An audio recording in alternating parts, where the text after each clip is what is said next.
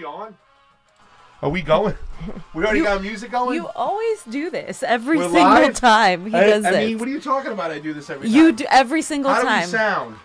Let's go back every single time. How do we sound? We got people strolling on in. We got 2, 3. You want to share it? 4. Did I share it? You can share it. You can share it. I thought I did. As much as you want. Let's see. And I do want to add the last thing about Plato, because I'm like literally fighting with people right now.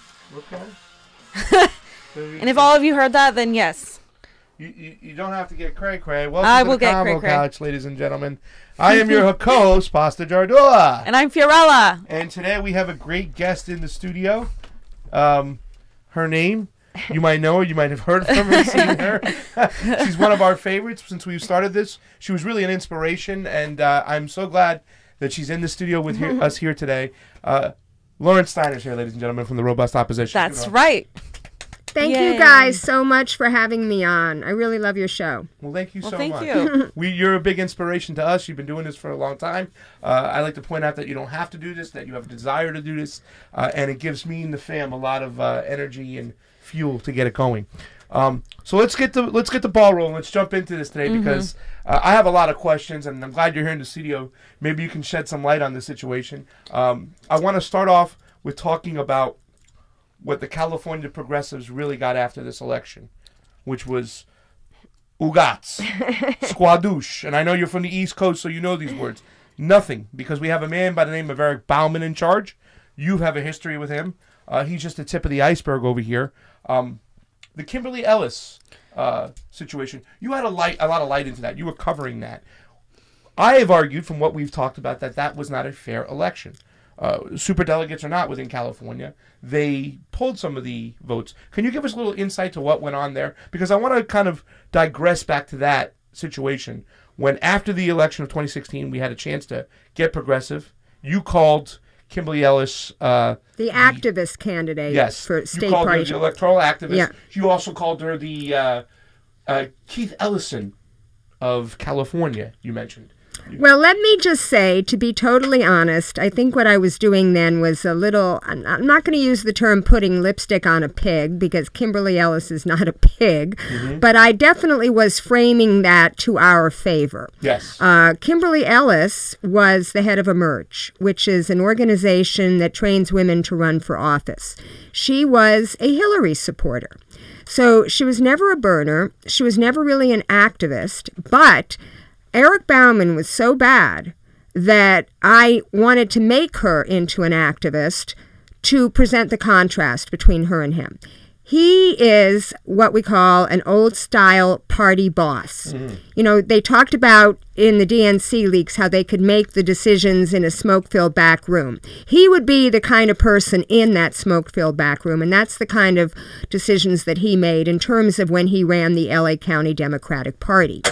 And I probably wouldn't have activated for Kimberly Ellis as much as I did had I not had a negative encounter with Eric Bauman. And that was at a Bernie-Hillary debate watch party in November of 2016, or I should say 2015, in which he bullied me. He literally got up from around the table after being very aggressive with me verbally, and he pointed his finger in my chest and cursed me out, and to the extent where my friend, a Bernie person who was with me, had to put his hand in between us.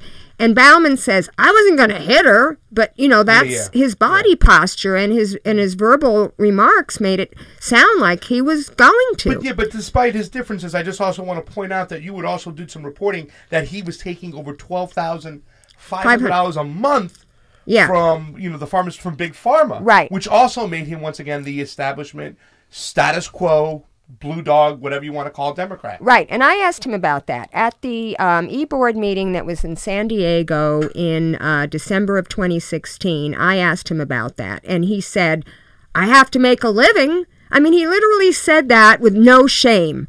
He was making a living. He was the chief of staff of the Speaker of the House, and he was making a living that way. So in addition to his salary, and then he said, well, he never really lobbied Democratic Party officials. Well, what was he taking the money for then, you know? Yeah. He was taking the money to lobby against, Prop 61, which Bernie came to California to hold rallies for. And that proposition, as we know, went down in flames. Yes, it did. And we know that Big Pharma has a lot of sway. I will just tell a personal anecdote. My son had a viral infection. The first line of antibiotics didn't work. He is now on a drug by Merck that is literally $175 a pill. Fortunately, we have insurance, but if we didn't have insurance, it would cost me $3,500 to buy 20 pills that he needs to kick this viral infection. Every month? Is No, that no, just for the course general? of the treatment. Okay. Yeah. But, people are dying Yeah. from not having health insurance. People are cutting their pills in half, and this is what we're fighting for. So for Eric Bauman to call himself a progressive and to take money from Big Pharma, which has more money than God. I mean, Bernie basically went one of those rallies that I went to in Hollywood. I didn't realize until he said that they spend the most money lobbying in D.C., Big Pharma. I didn't realize that. I thought it might be Big Oil, but he said no, it was Big Pharma. Really? So, yeah. He is also, you won't know this, fam, because you're a little bit young, but me and Mrs. Steiner, you remember Bowser from Sha Na Na? Yeah. That's Eric Bauman is the nephew to Bowser from Sha Na Na. Did you know that? The real nephew? The real nephew No, I of didn't know Bowser that. from Sha Na Yeah. Na. So I thought that was kind of cool as well and stuff. And I think it's no surprise that, Bauman, who was a big farmer, lobbyist, whatnot, Anthony Rendon, there's still no single payer here in California. Yeah. There is no surprise when that is your head of your DNC. Fam, you got anything to jump on this here?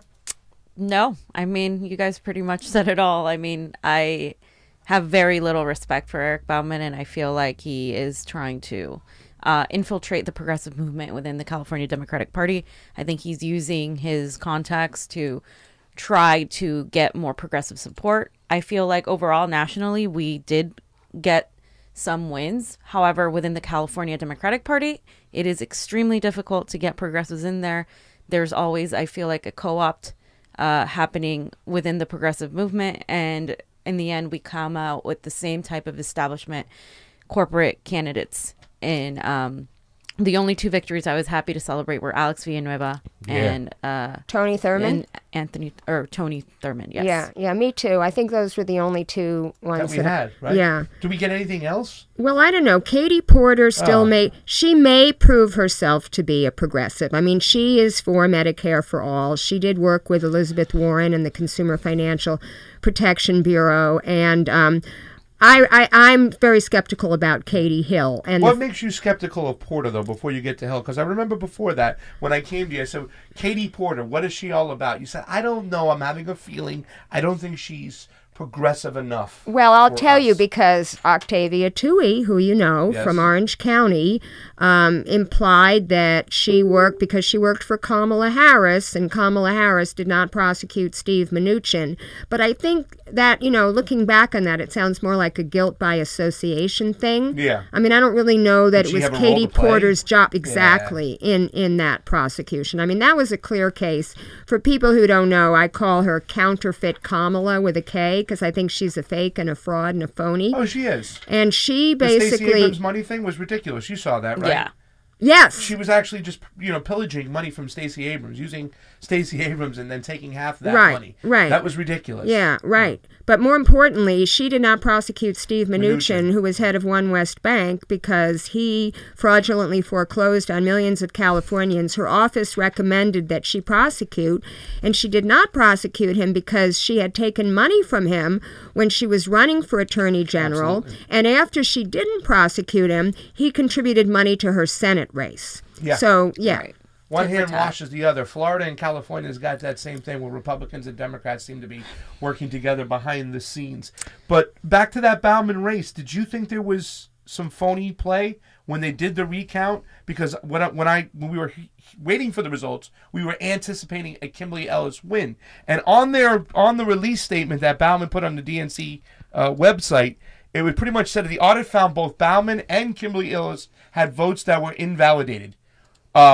But it doesn't tell you how many were invalidated. Well, I think that he brought in people to vote. You know, he twisted arms to vote. I don't know that there was so much illegal stuff going on as there was him just using his bully tactics to try to bring people in to vote for him. So I can't say I was not part of that audit. I was not part of that recount.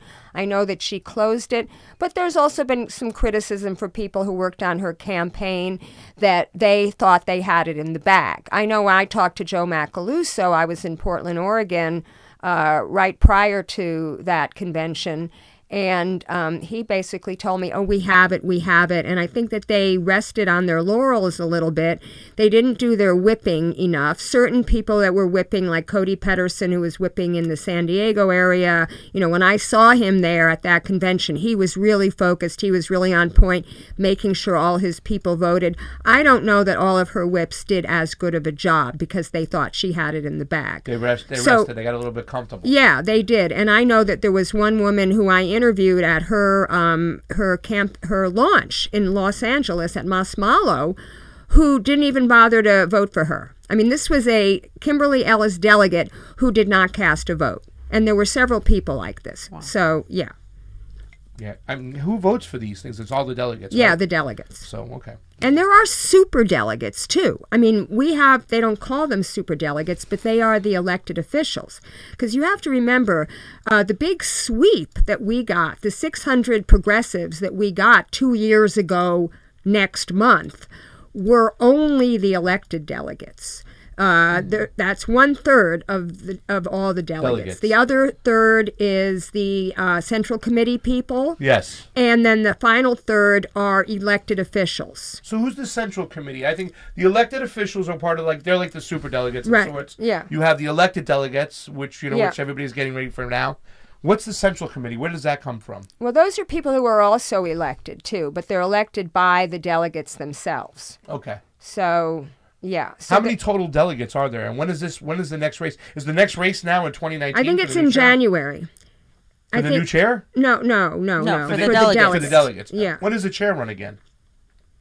I don't know. I think it's 2019. Okay. Do you have anybody in mind who you think should run for that position in California? You're an insider. No, because I exited. I'm not even in the Democratic Party. I don't really care who runs. Neither am I right now, technically. I mean, I don't know, but you don't care? So no, because look, I'm from Occupy, and in Occupy we had an expression diversity of tactics. So I support anyone who's trying to take over the Democratic Party, anyone who's trying to start the People's Party. I support people who are working on the outside with social movements. I support it all, a diversity of tactics, but I'm not involving myself with the Democratic Party. I'm on the steering committee of the California Progressive Alliance, which I have a great hope for. And I can talk about that if you want to spend a couple minutes on that. Because that's Gail McLaughlin's effort, and we're going to have our founding convention in the end of March in San Luis Obispo.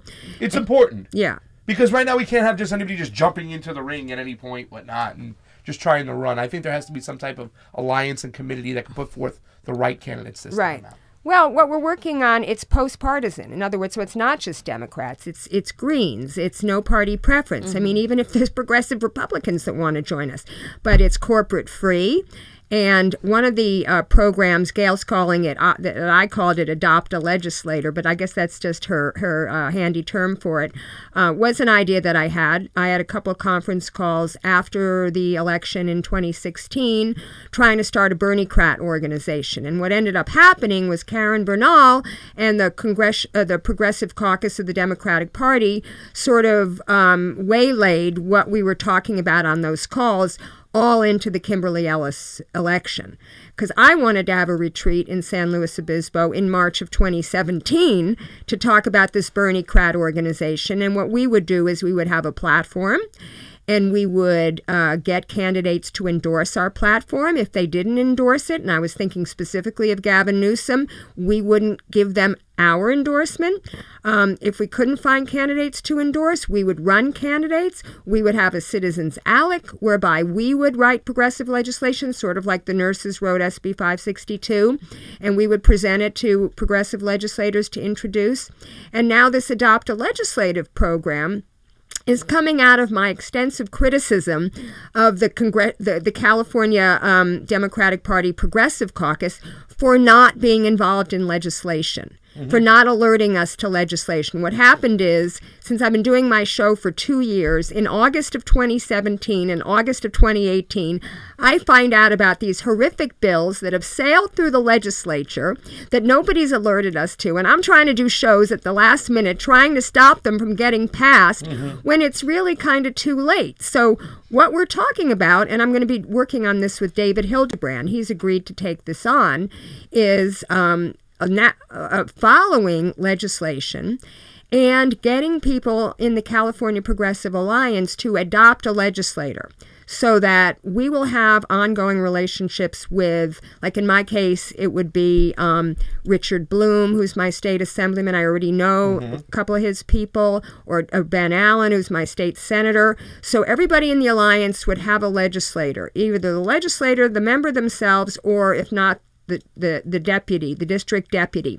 We would have an ongoing relationship in which we would be lobbying them about bills that we wanted them to support and bills that we wanted them to oppose, so that we could either get these things out of committee or kill them in committee before it was too late.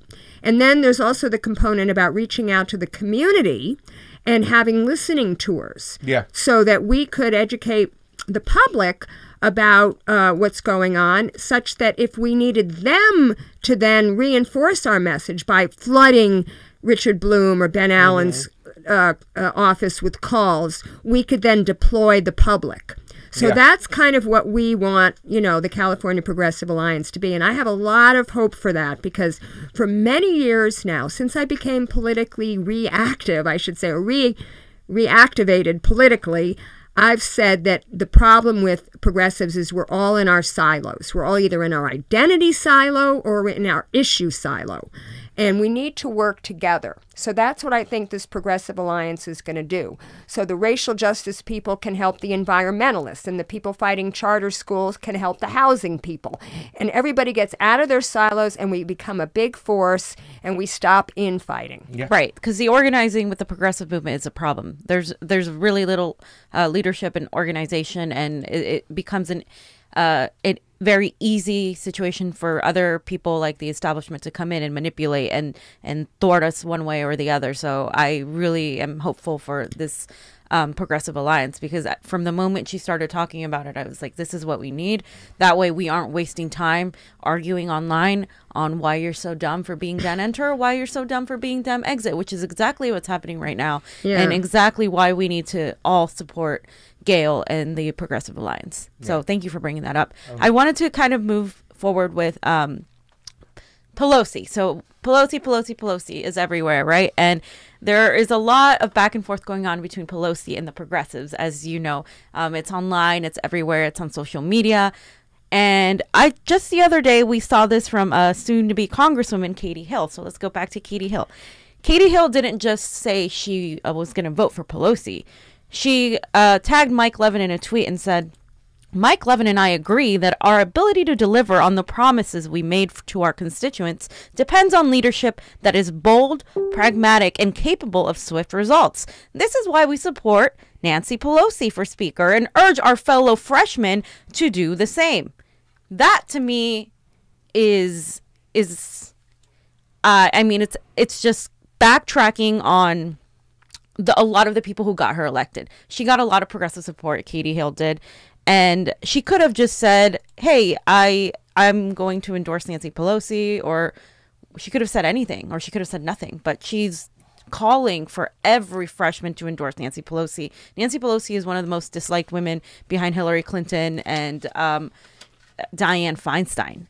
And I do agree that some of the insults to her are because she is a strong woman in the Democratic Party, but I think the majority of that is just based on her inaction and her voting record and her stance on certain policies. And I don't consider her a friend to the progressive movement, and I know many people don't either. So I just want your take on this, because I know you have a completely different take on some of this. Yeah, this is surprising, so listen up. Okay, well, first of all, I agree with you about Katie Hill and Mike Levin, and the first thing that I did when I saw that tweet was I retweeted it with the comment, this is why they never fooled me, because they both said that they would support single-payer health care. Nancy Pelosi has clearly said that she's not going to put single-payer health care, Medicare for all, on the Democratic agenda for 2018, even though 85% of Democrats want it and 52% of Republicans want it. So 70% altogether of the American people want to see single-payer. So why isn't she putting it on the agenda? One can only assume it's because of the big money from the big pharma and the insurance companies that we've just talked about. However, I have a more nuanced view of Nancy Pelosi. One, she is a San Francisco liberal. This was the word we used before the word progressive. And now we make a distinction between liberal and progressive. So, when she says she was talking about single payer 20 years ago, it's true. But she is also pragmatic. So as far as those three words, bold, pragmatic, and what was the third one? Swift? Yeah. Right. Okay. I will give her pragmatic. I don't know that she's bold, and I certainly don't think this is swift, because this takes a lot of work, which she does. And I want to read a couple of quotes that I've just pulled up to be on this show. And one is relating to the role of a speaker versus the role of a president. And this was from an article that was just published in The Atlantic. I forget the author, but it was about Nancy Pelosi's historic quest to be... First of all, she is the most powerful woman in American politics ever. And we have to give her credit for that. She came up through the ranks very similar to a Bauman. She was a fundraiser. She was the head of the state party. So this is what she knows how to do. She was not a policy person. She was not an activist. And then she became a representative. And then she became historically the first female speaker in 2008 when Obama took control. So this article is about her quest to become the speaker for a second time. And this author says, to a greater degree than presidential candidates, congressional leaders have their public image defined by their political opponents. Their job is less to inspire than to govern, to translate lofty promises into tough compromises. And that's what I want to speak to, because I was following Pelosi 10 years ago when, first when she was the minority leader and Bush was the president, and then when she became the speaker when Obama became the president. And she passed some really good environmental legislation. She passed an energy bill that had not been passed in decades to raise the fuel economy standards to 35 miles per gallon by 2020, and also to put some money into renewable energy. Now, it also put money into ethanol, which we know is a big boondoggle for, corn farmers, and not really the kind of energy that we should be using. But this article that I believe you could put up on the screen from June of 2007, this is before even Obama won, okay? And it talks about House Democrats at odds over energy bill provisions. And I happen to be in Washington, D.C., watching this historic legislation get signed 10 years ago in 2008. And it basically says, before the July 4th deadline, she set for coming up with an energy independence package of legislation, House Speaker Nancy Pelosi, well, wait a minute. So she was Speaker in 2007. So we had the majority in the last term of Bush, I guess, is trying to pull together the pieces of an energy bill from 10 committees and warring Democratic leaders. So you have to understand that there was John Dingell, who was House Energy and Commerce Committee chairman, and he's from Michigan, which is a car state. And the car manufacturers did not want these low mileage standards. He was trying to keep it out of this package and saying, let's go for a comprehensive climate change legislation next year. And then there was Joe Lieberman, who was chairman of the Subcommittee on Environmental and Public Works, who was working with the ranking Republican Senator John Warner. And they wanted to put a ceiling on greenhouse gas emissions and allow companies to trade allowances. So in other words, that was the beginning of cap and trade, which is what Wall Street wants for energy. That's how they want to deal with it. And then there was, Edward Markey, who was the chairman of the Select Committee on Energy Independence and Global Warming. And they said his committee cannot draw up legislation, so he needs Dingell's cooperation for a climate change bill. Yeah. So the point of all this is to say that it is one thing for a president, like, say, or a candidate, like Obama or like Bernie, when they're campaigning, to say we must have, the most comprehensive package to address climate change. We must have single-payer health care. We must have a $20 minimum wage, if you will, to get it up to inflation. But the fact is that once you are the speaker and you have 400, you have how many? 400 altogether in Congress? Yeah. Mm-hmm. And so half of those are Democrats pretty much. And all those different committees and all those different states with the different interests. You've got the West Virginia coal people. Okay. You've got the agriculture. You see, what I'm saying is you're not going to be able to get anything bold. What you're going to be able to get is a compromise. And I feel like what she was able to get in 2008 was pretty damn good. And similarly, a lot of people are giving her credit for Obamacare. They're basically saying that she revived that from the dead, saving Obamacare. Now, we all know as activists and as patients that we need single-payer health care. Mm-hmm. But Obamacare has really helped a lot of people. And we cannot deny. So I'm putting on my incrementalist hat here, basically to say that, that she, okay. So what I feel like AOC is doing, which is very smart, is she's holding out, this is what Katie Hill should have done. This is what Mike Levin should have done. Maybe this is even what Pramila Jayapal and Iram, what's her name? Imar Oma. Yes, those two already endorsed Pelosi. They need to hold out for Nancy Pelosi to at least say, and even what AOC is asking for, this select committee to address climate change, Nancy Pelosi started one in 2000. Yeah. She had a committee to address it. So this is nothing revolutionary. Yeah, well, let's fam, do you have something to say about that real quick, or do you want to? You can start. Well, I was just going to say, I understand what you're saying, and I know, and I'm not saying that you're cherry picking certain legislation that she's done, but I don't think there's anything pragmatic about what the Democratic Party has done over the last decade. We keep going back, losing seats. Everybody's everyday lives economically has been shot to shit, you know what I'm saying? And they're really, let's be honest, there's no legislation that's getting through the House. It might get through the House now, but it ain't getting through the Senate. It ain't getting through this president. No progressive legislation is going to change. This is about changing the party as a whole and representing the people. Okay, and we've seen Nancy Pelosi from time to time, telling young kids who say they want to go in a more social direction, her laughing at them. The woman has become a millionaire since her time in office, whatnot. And if there's anything that we needed to do, we needed to hold the line and get a new speaker and a new direction forward. She has an approval rating of 26%. That's not going to help the Democrats come election time in 2020. If anything, it's going to hinder us. It's going to hurt the left. Because I know we're not really Democrats, we say. We're just on the left, okay?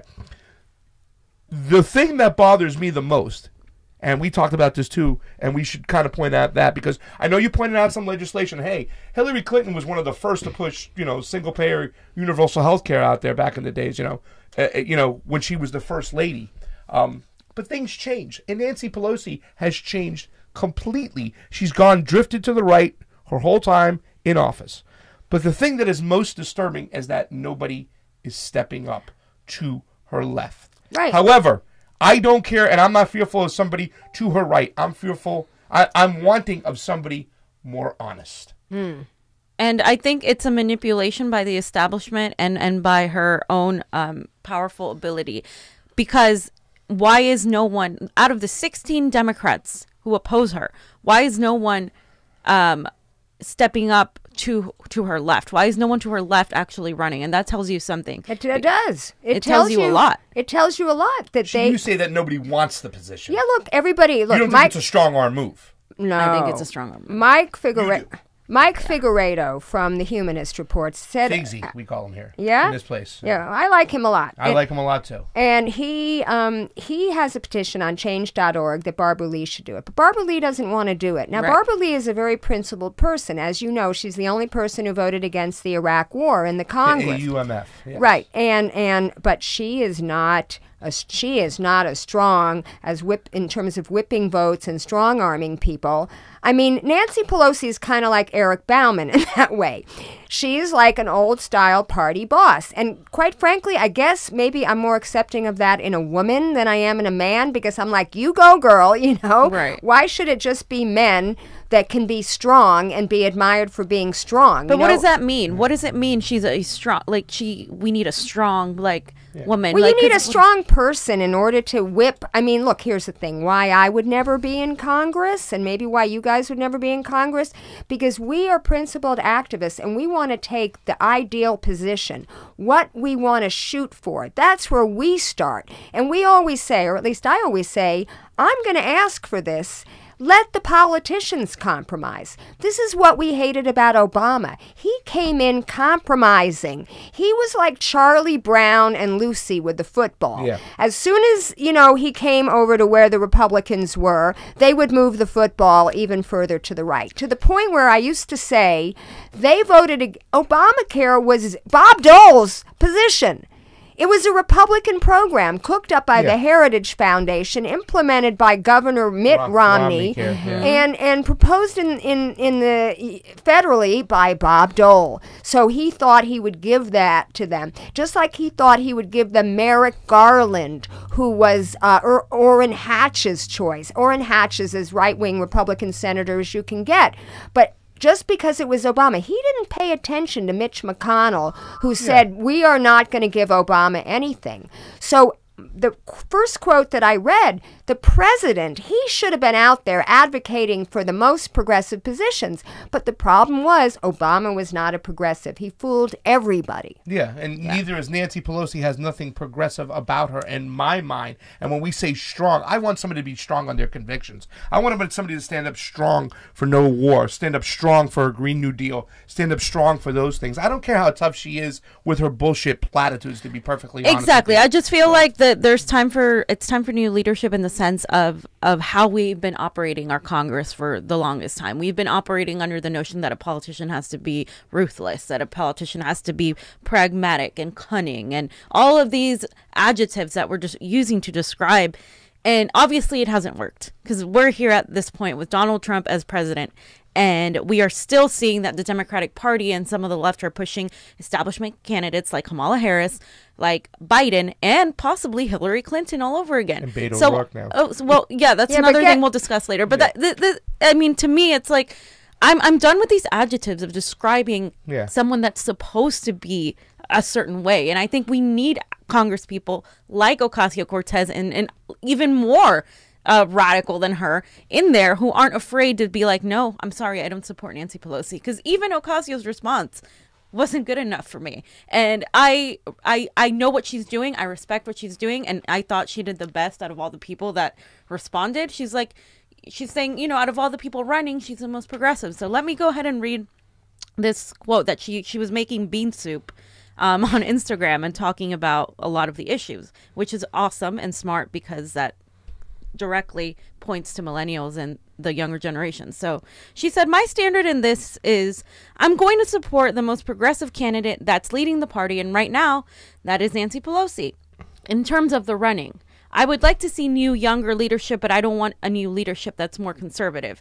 And then she also says, I do think that overall in government, we need more young people and we need to transform our leadership. But when we say no to Pelosi, just for the sake of that, we don't want to put ourselves in a position where we end up with a more conservative leadership. That's the thing. There's 16 or 17 people that signed that statement saying they're not going to support her, and they're all conservative. And I think that we need to exact promises out of Pelosi before we give her endorsement. Exactly. Just like I was telling people they needed to exact promises out of Gavin Newsom before they gave him their endorsement. I think the nurses thought that he was going to support single payer, and I think they're going to be sadly mistaken. Of course. 100%. He already started backtracking from it during the campaign. They had to call him to the woodshed and make him have another statement about it. But Okay, so this is complicated. This is very complicated to get that. So in my mind, again, going back to diversity of tactics, I think we have to keep still pushing for single payer while we do all these other improvements. Okay? Yeah. I don't think we do one or the other. So saving Obama, and I'm completely contradicting myself from a year and a half ago when I made a video. I made a live stream about Indivisible, how they were there saving the ACA. Yeah. Well, actually, I'm not contradicting myself, because what I said was they had an hour-long conference call with the ACLU, with Planned Parenthood, who we know is not for single payer, and they were talking to all of their supporters in the country about how you should call your congressperson and tell them we need to save the ACA.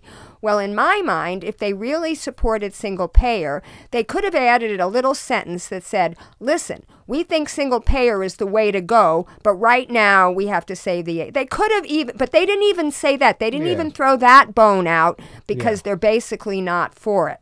So here's the thing. As far as the 1,000 seats, I put that on Obama. Obama, first of all, was the leader of the party. He was the purported leader of the party, not Nancy Pelosi. The Speaker of the House is not the leader of the party. Obama completely dismantled his Organizing for America, which was the largest grassroots mobilization for a presidential campaign ever assembled. He could have kept that group intact to help lobby for the bills in the same way that we're talking about the California Progressive Alliance getting the public to lobby our local legislators. He could have kept that group intact, but he dismantled it. He dismantled Howard Dean's 50-state strategy, and he was all about this cult of personality. And now he's a total corporatist. You know, if you want, we can go on and talk about... No, I mean, but it's I mean, you could give some you can put some blame on Obama, but you have to put a lot of blame on Nancy Pelosi. Do you remember her last year reading The Better Deal? It's like she didn't even read it. The mergers. I mean, this lady has a 26% But that's the DNC. Approval rating. That's the DNC. Yeah, but she's the strongest leader within the DNC, the strongest woman. You said so yourself. And once again, when it comes back to this whole progressive caucus that has 77 members in the House, they should have held out. Nancy Pelosi, you won't get anything. The progressive caucus stands still unless you come out for single payer. I agree with you. They didn't even do that. I agree with you. And once again, we're digressing, and that is the big thing when we see a lot of... And also, Fee has pointed out so many times online, these people are so myopic. It's going to hurt us in 2020. The woman has a 26%, I keep saying it. And Republicans use her. But that's because the Republicans have really... If we change the whole direction... They use the right points to attack her. I mean, they're using valid points, and that's the problem. When they're using valid points to point out things she's done... No, they're calling her too liberal, the Republicans. I know that, but within the liberal term that they're using, they are also putting in her policy issues and her failures, and I just think that I understand, like, we don't want another a more moderate speaker, but I feel like that's a manipulation by the establishment, because nobody else to her left is running, so the only people running are more moderate than her. Okay, so why don't we go to those people and say, hey, why don't one of you to the left of her run, and you guys will get her out of the House? And if that doesn't happen, you can rescind your endorsement. You don't have to say a thing. But to have progressives out there being like, well, I think she's going to be good because, you know, maybe she'll like promote single payer. She hasn't shown any notion of going to pass or promote in any way, shape, or form Medicare for all. Not at all. Right. And if I'm a delegate, or if I'm someone in the party, I'll be like, okay, Nancy, we will support you. Please support Medicare for all. Write it down, sign the paper, and we will support you for I speaker. agree with and you. That's how you do that. I don't know why this select committee on climate change is where AOC is drawing the line, the Green New Deal. Because Nancy Pelosi has proven herself to be good on climate change. I don't know why she's not bringing up single payer. I think every single person in that progressive caucus should withhold their endorsement until she agrees to put single payer on the platform. Yeah, I agree too. And I think that's kind of like the flow that I'm seeing. That's why that people are holding off on not endorsing her or on endorsing her, because an article in The Atlantic came out And Alexandria Ocasio-Cortez said that if we pass Medicare for all, I'm going to be silent as a lamb, because that's one way that you can get Medicare for all is the one thing that can unite everybody, right? Because everybody wants it pretty much, right. and if we can get that passed, people are willing to do a million different things. I obviously think there should be nuance to that. I don't think like it should just be like a one issue thing that we support a candidate on, but I think that's at least the very least that she could do. I'd shut my mouth. I'd be quiet as a lamb for single payer. Yeah. Nancy Pelosi, single payer. Look, give me something. But once again, we're getting nothing. And where is the state of this Democratic Party going right now? I mean, it's just, we're in shambles. We got nothing here. And once again, we're getting fed Nancy Pelosi. Well, that's big money, and that's corporate contributions. So now let's go back to our losses in California. Yeah. We lost because our corporate free candidates didn't have enough money. And let's talk about a very often quoted statement that the only thing that beats money power is people power. There's nobody that had more people power behind her than Jovanka Beckles, but she still lost by 10 percentage points. You know why? Because Buffy Wicks's money power bought people. She was able to hire paid canvassers. So they had what we learned from AOC's victory and Cara Eastman's victory, at least in the primary, and the 2 DSA candidates in Virginia, is the more face-to-face contacts you can have with voters, the better you do.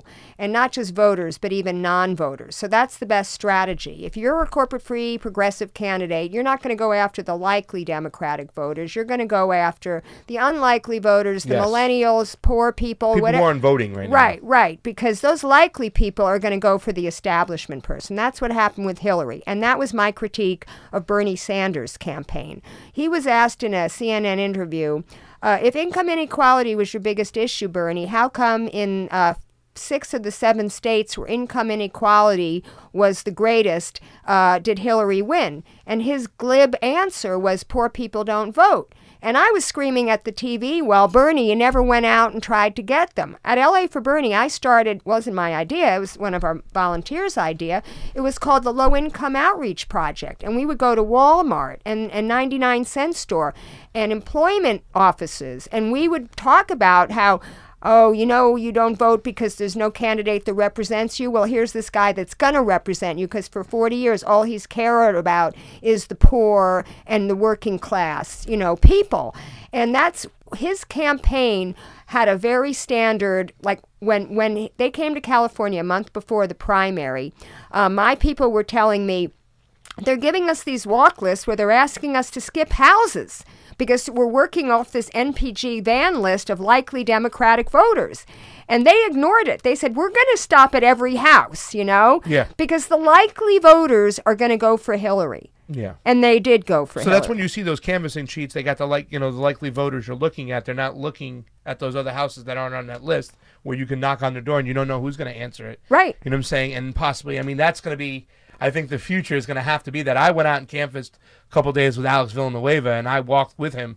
And that's why he was the only candidate I voted for, because he was amazing. But we were skipping over a couple houses and stuff that we didn't have information on. And I was thinking to myself, what if we knock on that door? Who knows it's there? Maybe it might be a Trump supporter. Yeah. But who knows? Maybe we can talk to them and sway them. Yeah. Stuff. But other than the people power, and you talked about it, what about election integrity? I mean, didn't we hear some stuff that there were almost 75? And you put up something about this before, and I was like, no, Lauren Steiner, I don't believe all the provisional ballots are counted at all. Okay, well, I got to talk to that. Okay, because we're talking 2016. Yeah. Okay, you're missing at least 1 million votes somewhere. They're gone. They're in the trash. Those were provisional ballots. Right now with Maria Estrada, I think she was reporting, and she put up something that close to some precincts were giving out 75% of the ballots. Okay, well, there is something that I want to try to investigate, and I'm going to try to investigate it. And that is the vote by mail. Everybody was converted to vote by mail. People who didn't even register to vote by mail would go to vote, and they said, oh, we have you as a vote by mail person. And they would say, but I never got a ballot, or I never requested that, or whatever, right? Well, okay, first of all, you have to figure out behind these conspiracy theories, who's doing the conspiring. Remember, California is a Democratic state. Now, I will tell you, from 2016 that provisional ballots is a fail-safe measure to make sure that every ballot is counted. It's not like in Georgia or Alabama or some of these corrupt states where they give black people provisional ballots so that they won't count them. California, it's fail-safe. I have a friend who worked in the data department of the LA County Registrar, and I can go to my private messages. He told me that in 2016, in the largest county in California, which is Los Angeles County, only 1,400 provisional ballots were not counted. And the reason why was those people were not registered to vote. So obviously, if you're not registered to vote, you can't, have your ballot counted. So 85 to 90% historically, and you could see data on this, 85 to 90% of provisional ballots in the state of California are counted. Now, we set up, Lucy Riley and I set up ballots for Bernie. We had ballot counting, monitoring. When they were counting the 2,400,000 ballots that weren't counted on election night, the provisionals and the late-breaking vote by mails, we had teams set up in almost all of the 58 counties monitoring that. And with the exception of San Diego, where that corrupt Michael Vu is down there, and they were whiting out Bernie Sanders' name, and Alameda, where they wouldn't let us get close to watch to see what they were doing, all these other counties were comprised of, because it's not Alex Padilla. He just sets up systems. Alex Padilla, everybody was... He sets up what? Systems. He tries systems intact. Well, they're very minor. The counties, the registrars of voters in the counties run the elections, okay? So the training is done by them. The monitoring is done by them. Everything is done by them. What's going to happen in Los Angeles County is we're going to voting centers. So instead of having 4,000 precincts with volunteers who are paid very minimally, and they don't even get training, what we found out is only the poll inspector gets the training. The workers don't. They could watch a video online if they choose. Other than that, they're using these machines that are from the 60s. So everybody that was reporting broken machines, A, that's why they're old machines. B, the ballots are not counted, tabulated at the polling place anyway. They're just put into that machine and they're tabulated at the registrar's office. So what happens is if the machine isn't broken, they go into a locked box with a chain of custody that is established and they get counted over there. So it was making me crazy to see all these conspiracy theorists, including some things that Greg Palast said in 2016 about Bernie winning California or Bernie winning San Francisco or any of these crazy things that, were not happening. So I want people to feel like their vote is being counted in California. Now, that's not to say that in Texas and in Georgia and all these other... yeah, I mean, that's crazy. But if it's happening in all these other states, you just can't believe that it's happening here, too? Because Greg Palast led some very convincing data on that, and that's his specialty. I mean, and he's doing it in Georgia as well with Stacey Abrams. But he wasn't monitoring at the polling places the way we were. Okay. Let me ask you a question, Lauren Steiner. I mean, at the registrars. Yeah. I'm sorry. Did you have another question? No, go ahead. I'm sorry. 2016, the primary, Bernie Sanders and Hillary Clinton, versus 2008, Obama versus Hillary Clinton. Yeah. We had a record number, 2016, of new registered voters 6 weeks before the election, 800,000 new voters. How many more votes should there have been in 2016 compared to 2008 for that primary, in your personal opinion? You're talking about California? California primary. Okay, well, all I want to tell you is that I want to recount a story, a conversation that I had with Josh Phillips, who was Bernie Sanders' field director. Okay? I worked with him. I had a meeting of all my LA for Bernie leaders at my house with him, and we talked about how California was going to go. Right when we found out that 2.4 million votes were not counted on election night, and they called it for Hillary by 15 points, I contacted him, and he said, do me a favor. I said, is the Sanders campaign going to be sending in lawyers to monitor the counting over the next month? And he says, I need you to find out something for me. And he says, tell me what percentage of those are provisionals and what percentage of those are absentees. So when I told him the numbers, which I don't remember off the top of my head, he called the people, and then he called me back and he said, no, we're not going to send anyone in because based on the fact that so many of them are absentee, absentees go for Hillary because the early voters, you know, who vote by mail are the likely Democratic voters, the establishment types we were talking about. Most of the provisionals are going to go for Bernie because those are the newly registered people who's got their things screwed up. And students who are voting where they go to college as opposed to where they live and all this kind of stuff. And he said, Bernie's going to close the gap by 7 or 8 points, but he can't win, so we're not going to put any lawyers. And that is exactly what happened. They got it to the exact percentage on how much he closed the gap. So it's like they had election protection people. They knew what, you know, the statistics needed to be. And the fact was, he just didn't run a good campaign here. He came to California. There were only 50 organizers in the whole state. The largest number of delegates, okay, we had 55 elected delegates here in California. He only had 50 campaign workers. They had 100 in New Hampshire, right? They laid off 291 organizers after New York because they were running out of money. They came into California. They only had $6 million in the bank. Politico, I remember reading this article with Tad Devine where they said, are you going to run TV? This is why Mike Sarasso quit, or was fired, actually. Mike Sarasso said, we need to run a field campaign, but Tad Devine, who was making money based on how much TV was bought, said, you know, well, we may just buy a small buy, or we may not make a buy at all. They ended up spending $2 million, which was an ineffectual TV buy in a state as large as California. $2 million is nothing.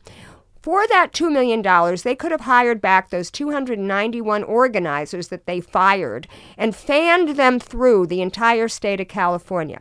So from my mind, being on the ground for 2 years, I started LA for Bernie before many of the national people were even hired. I started it in May of 2015. Watching the way that campaign went down, not just in California, but in other states, there were so many mistakes that, you know, the campaign itself made that we can't just blame it on shenanigans. And I will go to my grave, you know, attesting to that. Yeah, I definitely think that there were a lot of mistakes made. And also, you know, a lot of the criticism he received from people of color that they didn't feel included. And that's something he needs to take onto the road. So I did want to move on. Did you want to move on to your next? No. I just wanted to point out that I think that, you know, I appreciate the fact that you said there's a lot of mistakes that could be made, but I don't want to ignore also the shenanigans that go on. And there's no way in my mind personally that you can convince me that there were only 18,000 more votes 8 years later in a very big primary in the information age where we had 700,000 new registered voters. You're talking about 2008? 2008 to 2016. Oh. You're talking about 18,000 more votes. That number just doesn't add up. I can't. Look, I can't speak intelligently to that. Yeah, well, I mean, that's where I look. I look at those numbers and I'm like, something's not adding up. Something similar happened to Tim Canova versus Debbie Wasserman-Schultz this time around. When we look at those numbers, it doesn't make any sense. Oh, yeah. It doesn't make any sense. You know, she resigned finally. Brenda Snipes. That's ridiculous. She should have been fired and prosecuted. Exactly. 100%. Yeah. We're going to talk about your favorite person, Lauren. Here we go. Who, Obama? No, Donald Trump. Oh. So we're going to talk about, you sent us an article you wanted to talk about when it comes to talking about, and it's an old term that my uncle used to say, you got to call balls and strikes.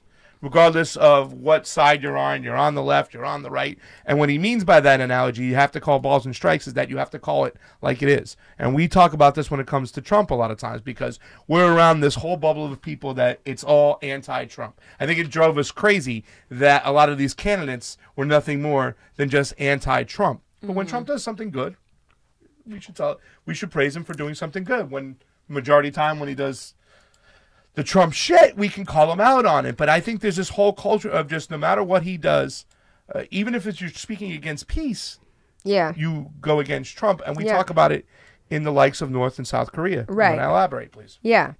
Well, for instance, okay, we can even go back before that. We can go back to Syria, where he started making noises about, he tweeted something about we're pulling out of Syria, right? Yeah. All of a sudden you saw this new Assad gassing his own people. Now, this is the second time this happened. This also happened in 2014, which was the red line that was crossed that Obama had set out for us to enter the war in Syria, the civil war in Syria. Yeah. But Cy Hirsch did some great reporting on that. By the way, Cy Hirsch being a reporter who is banished to reporting from foreign publications. Cy Hirsch is awesome. Anytime you question the deep state, you lose your job, whether it's, Chris Hedges or Cy Hirsch or Phil Donahue or even Cenk, So Cy Hirsch reported that this was not Saddam gassing his own people. It was an attack, and there was some phosphates, some agricultural phosphates that blew up, and that's what it was perceived as. But we jumped on it, and we entered in there, and we ended up prolonging the war because we ended up supporting the al-Nusra Front, who was the outgrowth of al-Qaeda, right? So otherwise, Assad and Russia would have dispatched with ISIS and would have ended that war a lot sooner until we came in and supported. And then, of course, the White Helmets, which was the propaganda arm of the al-Nusra Front, which everybody funded. Yeah, everybody made and Max Blumenthal did a great 2-part series in Alternet about that, how they were really they were brought up by the Purpose campaign, which is funded by Avaz, which is why I don't give to Avaz anymore. You go on their page, they had a no-fly zone in Libya, and then they had a no-fly zone in Iraq. And we know, Syria, and we know what no-fly zone means. It means war, exactly. Yeah. So Ayman Asfari, who owned a company called Petrofrac, you can tell it's a petroleum company, he was funding the White Helmets. And we fell for it hook, line, and sinker, to the point where I remember Claudia Bester, who runs public programs at the Hammer Museum, she was showing that thing. And I'm like, no, that's propaganda. You can't show that. But everybody is totally snowed. So Trump tweets that we're going to get out of Syria. And the next thing you know, all of a sudden there's this new Assad is gassing his own people. And that's when Trump tweets out dirty gas-killing animal, he calls Assad.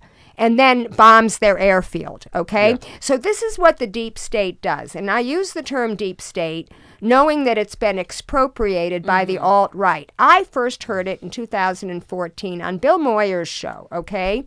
And it was a show called Anatomy of the Deep State with Mike Lofgren, who'd written a book on it. And he was the one to say that the deep state is really the military-industrial intelligence complex backed by Wall Street that really runs things. And you can call it the permanent government if you want. But the fact of the matter is, anytime someone uses the word deep state, you're now all of a sudden considered to be alt-right. So this is what's happening in North Korea. The deep state wants to perpetuate, and I did a show about this in March, that everything we've been told about North Korea is wrong. He was actually a communist in the same way that Ho Chi Minh was a communist, that Mao Zedong was a communist. These were independent communist movements trying to free their people from the yoke of imperialism and the yoke of colonialism. So when Ho Chi Minh came to the United States to meet with Roosevelt, he wouldn't meet with him. So then, of course, Truman said that the domino theory, because Truman was propped up. I don't know if you guys know this story, but if you watch Oliver Stone's Untold History of the United States, he talk about shenanigans at the Democratic National Convention in Roosevelt's last term. They pulled a fire alarm because Henry Wallace, who was the vice president, they elected the vice president separately then. Henry Wallace was winning, and he was very much the Bernie Sanders of his time. It was a Bernie versus Trump. Right. So they twisted arms overnight, pulled the fire alarm, cleared the convention, twisted arms, and then the next morning Harry Truman won. And he was the pawn of Allen Dulles, from the head of the CIA, and his brother John Foster Dulles, who basically came up with this whole domino theory that if we lose, Vietnam, well, actually, North Korea was before Vietnam. So when was Truman? He was 56, was this? No, he was before that. It was in the 40s. Yeah, that was the late 40s. Right. So obviously, North Korea was. I did my whole show on it, okay? And it was in March, and it was basically that everything we were told about the Kims, the first Kim, this is now the grandson Kim running things. is wrong. And the reason they have all those nuclear weapons is to defend themselves. Because if they didn't have a nuclear deterrent, then we would have dispensed with them a long time ago, the same way that we dispensed with Libya. So basically, South Korea is under the control of the United States. They never declared an end to that war. They want to have a peace treaty. They want to be one Korea. I went to a 4-hour teach-in on this at UCLA. Yeah. Abby Martin spoke at that. Yeah. And how does Trump play a part in that? Well, Trump plays a part in it because for his own egotistical reasons, because he does everything for egotistical reasons, he wants to achieve peace with North Korea. So as soon as he starts negotiating with North Korea or sends his people to negotiate with North Korea, people from the left and the right start attacking him because they want to perpetuate the status quo, because not only does it benefit the deep state, it also benefits the international arms dealers and the weapons manufacturers. So just recently, this article that you're posting was a response, and there's been 2 responses, one in The Nation by Tim Shorrock and one in The American Conservative by Gareth Porter, basically using the same word about this New York Times piece that by David Sanger, who is a reporter who should know better, was that it was deceptive. Yeah. That he didn't even look into what he was reporting about to say that these particular nuclear weapons that he's still building violate the treaty, because they're not even in the treaty. They're totally transparent. He should still be building them. Anyway, he's going to be on my show next week, so I'll be getting into this a little bit more with him. But basically, it's a case of, like you say, they're always piling on to make Trump look bad. So even when he does something good, like trying to establish peace with North Korea, even if it's for the wrong reasons, they've got to belittle it and try to sabotage it. Yeah. Right. It's the same thing as it's always been. The military-industrial complex and the deep state are in control. The presidents are just encouraged to follow what they do and what they say. And that's why you see a lot of these right-wingers starting to promote that. And the danger in that is that we need to understand nuance. We need to understand that these people are, like Alex Jones, are using that and then twisting the rest into something that's not true. But we need to be able to talk about the deep state because it's a reality, and it's not just happened with North Korea. It's happened with countries like Venezuela, countries in Central America. And right now we are living the results, and we are seeing the results of our imperialism in Central America come to a disastrous fruition, because those people that are in the caravans are escaping from these problems that we caused through our regime change wars. And in that way, we do so in every part of the world. And I think people need to start realizing that without, oh, you're a right wing, you're saying the same thing as Alex Jones. It's a little bit more complicated than that, you know. We need to be able to have these discussions, and North Korea is a prime example of that, because the moment they decide that they want to be independent is a moment where, like, no, this is not okay. It doesn't benefit us, so we don't want it. Yeah, I was telling Pasha something he didn't know. I didn't know it until I went to this thing. The South Koreans can't even tell those tens of thousands of troops that are stationed there to leave. They don't even have control of their own country. Yeah, because the Americans are there. Right, because only the Americans can pull out of there, and they don't want to pull out of there. You know? I think that, and this comes back to Donald Trump, because we really didn't get to what he has done well in Syria. There was some pullout, whatnot, from the whole war, but he is still leaving some troops there. And I think that's also the part of thinking, like, you know, intellectually, when you can have some critical thinking and say, hey, listen, what Trump did, because he did tweet a lot of stuff, oh, we're wasting money, let them fight each other. We did pull out the majority of funding. We got the white helmets out of there. I think that's what the Putin-Trump discussion was the first time in Helsinki, was like, hey, get those white helmets out there. Let's get something. Let's start scaling down the war. We realized we couldn't win it anymore. Yeah. And then he pulled out the majority of the troops. There are still some troops in the Golan Heights, so he still he hasn't completely pulled out of Syria. But once again, it was a situation Trump could go to South Korea. Now, we have talked about that on this show, because you're looking over here at a Moon Jae-in man. I love Moon Jae-in. And the timing was just perfect for Donald Trump to make a peace deal, because now Moon Jae-in came into power, and decades ago he had talked about the pillars of peace. within North Korea and whatnot. So I think it was just a beautiful thing coming together. However, like you said, Trump has not pulled those troops. He's not going to pull those troops. And at one point, Kim Jong-un was really mad that they didn't cancel the drills. Right. Why? Because those drills cost us a lot of money, and we got to pay that money. Yeah. The military-industrial complex has got to get their money, their deep state. So it is this kind of like thing there, like, let's call balls and strikes. When Trump does something good, he's done something good to help broker the peace over there. However, let's also look what's going on. Those troops are still there, and they're not getting pulled out as well. So you can be critical of Trump in some ways, but you can also pat him on the back. Well, I would rather not look at it that way. I would rather not pat him on the back for anything, because everything he's doing is for the wrong reasons. What I would rather do, and make the same point that you're making, is criticize his critics and say that they're criticizing him for the wrong reasons. They're actually siding. That's fair. Yeah, because I mean, you look at Rachel Maddow, I can't even watch her anymore. Because everything's about Trump and Russia, Mueller investigation. And now you notice Jimmy Dore did a great show on that, based on an Aaron Mate tweet. Article, that there's no more mentioning of this anymore because they can't prove the collusion. But what did they do? They fomented a new Cold War with a country that is a second-rate power. It's GDP smaller than the size of Spain, a country that has nuclear weapons that we should be getting along with. And now Trump's doing a horrible thing by getting out of that nuclear agreement. Now he's saying it's because they're not living up to their portion of it, but that's not the right reason. Just because they do the wrong thing doesn't mean we should do the wrong thing. Somebody's got to stay in that agreement and set an example, because that's... But they are doing their part too, but to talk about it as well. You talk about Iran, right?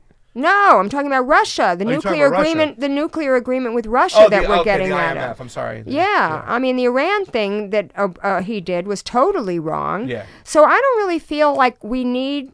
I mean, sometimes I feel sorry for him, because when he's sitting there and he's talking about fake news, I'm agreeing with him. It is fake news, right? But it's not that he's done something so great. If he did it by accident or for the wrong reasons.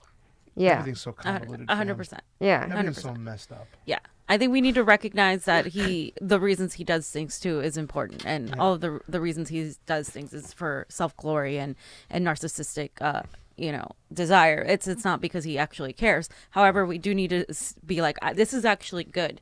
When we see something good, we need to be aware of it. And the problem with the Trump deranged syndrome is all people focus on is him as the villain, while meanwhile we have all these other problems behind us and around us that are happening. And we've also rehabilitated people that should not be rehabilitated, for instance. Like Bush. And also when I was covering the the Justice for Jail, the Justice LA thing that they were doing for that campaign with money bail, which totally got away from us. That's something that got completely bastardized at the last minute, to the point where all those groups took their name off of it. They'd rather see another year of cash bail than the predictive policing algorithms that they put in, that they feel are going to keep people in jail longer, actually, than the cash bail. But Jane Fonda was there speaking on behalf of that, and she actually caught herself as she was making a comment about how she was watching Rachel Maddow, and she said, and I found myself agreeing with the FBI. Can you imagine that? Me agreeing with the FBI, she says?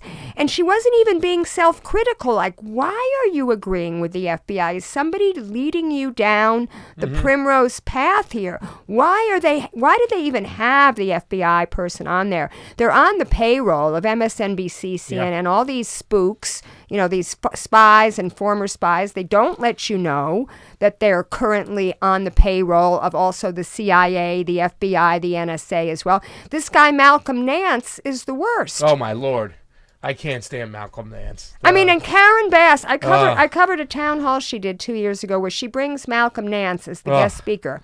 Karen Bass, who still calls herself a radical Marxist, by the way. She's bringing Malcolm Nance? Yeah, she's a split personality. The way she governs as a congresswoman is completely different than the way she still is. I had a private meeting with her with like 6 people. We were lobbying her about something. I can't remember what it is now. But, I mean, the way she was talking is like, oh, my God, She started out of the Rodney King riots. She started the Community Coalition. Anyway. So, Well, listen, Lauren Steiner, we've been here for a while. We have to start getting out right now. I think that's the last subject. Do you have anything else you want to ask, Mrs. Steiner? Yeah. You want to talk about the stuff you want quickly, to play out for the lightning round. We do have to go, but quickly, Beto O'Rourke. I'm seeing a lot of, I've been seeing since, the moment he was primarying and then, and after he lost to Ted Cruz, a lot of people have been saying, Beto 2020. The man lost to Ted Cruz. He doesn't have the qualifications, in my opinion, to even be touted as president. And yet we have progressives online fighting because they want him to run. And he said he wasn't going to run. And now he's like saying he may or may not do it.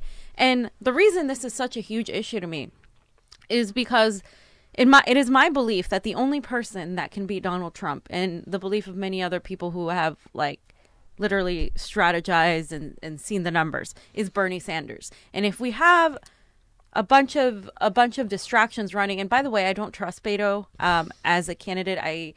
His background and his father's background, his dad was a corporate man who did a lot of damage to the Latino neighborhoods in Texas, and Sema Hernandez, who was primarying against Beto O'Rourke, was the actual progressive candidate. He got a lot more marketing, more public appeal, and so he won the primary. So I don't even trust him, and he backed away from Medicare for All. People are saying he didn't, but he absolutely did.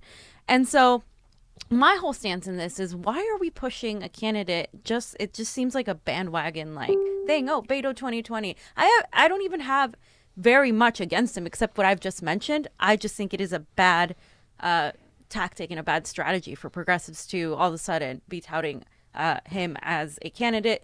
The first time we did that was Obama.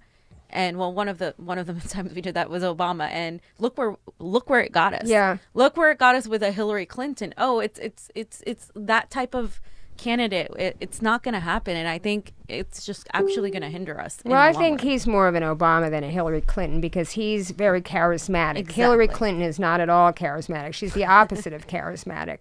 But he's also young. He also seemed to be able to bring a lot of people together. He ran a positive campaign. Mm-hmm. But the fact of the matter, he's also very wealthy, and we're trying to stay away from wealthy people. Yep. And his wife works for a charter school. And you know how I feel about charter schools. Yeah, we do. So, we all feel about They're think fishing. Yeah, Obama They're 2.0. again. No? What? They're fishing again.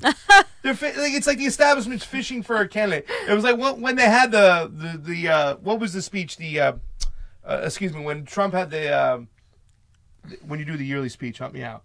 State of the Union? State of the Union. They had Kennedy try to do the opposition speech against him. It's like, you're just trying to search for any. Oh, here's somebody with that name. They were trying to search for and that's what they're doing. He's another one who doesn't support Medicare for all. Yeah, Kennedy, 100%. Yeah, he's too much into big pharma. So. Yeah, and I do agree that they're fishing, but he's also being courted by many, as quoted in this article, high-profile Democratic donors. I mean, he has to take. So he's being courted by these people, and they are willing to throw in money against him. And I feel like if they throw in money and he gets the establishment behind him, and he has a lot of progressives behind him, it's going to be another mistake. See, that's why I think, and I also talked to Gail about this, that some sort of campaign, I talked to Cenk about it when I was on Aggressive Progressives last week, some sort of campaign finance piece of legislation has to be our order of business. Because what happens is our corporate-free candidates were shut out because they didn't have the money. And as long as people like Eleni Kounalakis is allowed to put in, $4 million of her own money, $4.5 million of her father's money, and beat out someone like Gail, who is so much of a better candidate. She even beat out Ed Hernandez, who I ended up voting for Ed Hernandez. Not that I think he's so great, but I just was so offended this woman could buy herself this lieutenant governor. She had no background. She was Obama's ambassador to Hungary simply because she was a big donor to him.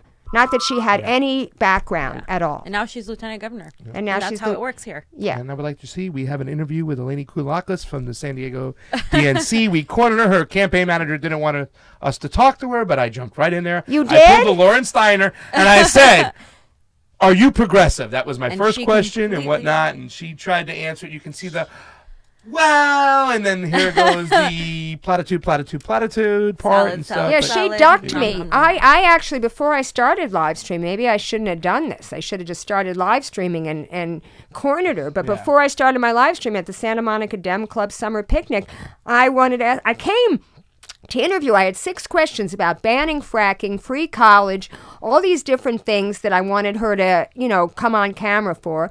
She said she wouldn't do it. She gave me her communications director's email address. She said she didn't have time. Meanwhile, she was just milling about. Every other candidate that was there talked to me, So She's phooey on established her. and she knew who you were. It's Yeah, kind of like, she knew. oh, Lauren Steiner. I've seen so many campaign managers go, that's Lauren Steiner over there. You're talking to Alexandria Ocasio-Cortez. Oh, it's Lauren Steiner. I know you, Lauren. Everybody knows Lauren Steiner. So Elaine didn't want to answer any tough questions. So that's No, why and then when I shouted ducked him and out covered. when she was speaking, and this is like talk about Trump. Okay, here's a good thing. You're gonna love this. She's saying, and I sit on the Coastal Commission. I'm gonna make sure that Trump is not allowed to drill offshore. And I said, what about banning fracking? I shouted it out, and she goes, oh, we have a heckler.